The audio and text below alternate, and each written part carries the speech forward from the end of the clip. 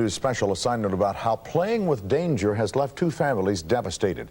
It's about the accidental shooting of a child and about how her parents now demand justice. Troubleshooter Judd McIlvaine joins us now with his report. Judd?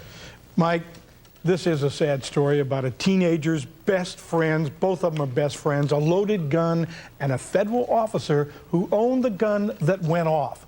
Now listen to this 911 call from a friend who was trying to save the life of the other friend after she accidentally shot her in the neck.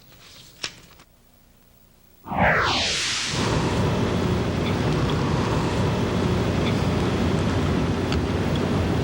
emergency. Hello? Hi.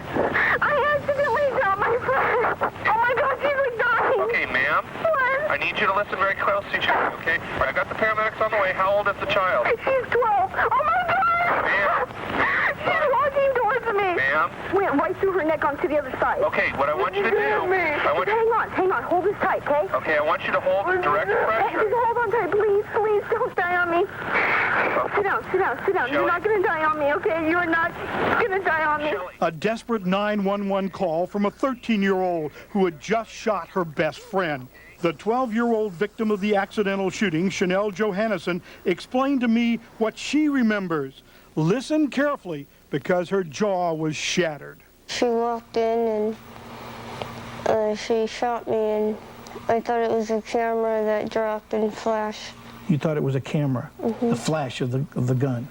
And I guess she picked me up and carried me to her bed, and she was saying, "Don't die on me, don't die on me." Chanel's mother rushed here to Children's Hospital. It was in the emergency room that she was first told that her daughter had been shot. She said she had been shot in the neck, and I lost it from that point. I almost fell to my knees in disbelief that my beautiful 12-year-old daughter had been shot, and shot by one of her friends. This is Chanel before the shooting. Her parents say, thank God she's still alive. But they say what happened next is just as shocking, and they think unjust. It was a Friday afternoon. Chanel was at her best friend's home for an overnight stay. They were alone in the home in Rancho Santa Margarita. Her friend found an unlocked briefcase that belonged to her mother's fiancé. Chanel's father explained what happened next. She said she went over and popped the lid up on the briefcase, and in the briefcase was a gun, a badge, and a set of handcuffs.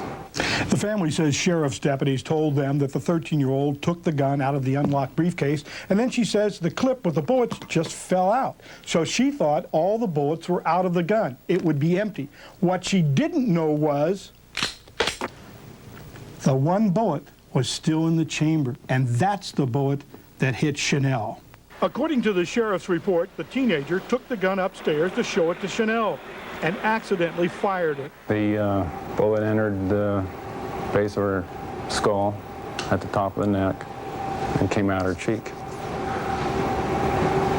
shattering the jawbone, taking out the tonsils, rupturing the throat, swallowing muscle, saliva glands, chewing muscles. But how did a 13-year-old girl have access to a loaded 9mm handgun?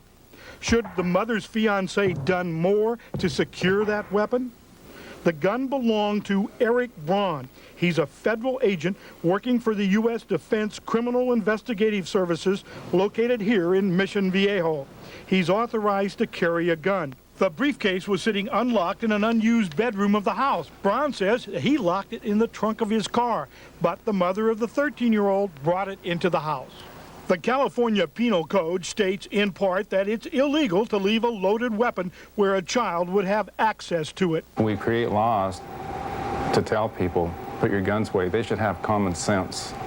You shouldn't have to have a law that says, lock your gun up. Chanel's mother and father wants the couple charged with knowingly leaving a firearm in the reach of a child.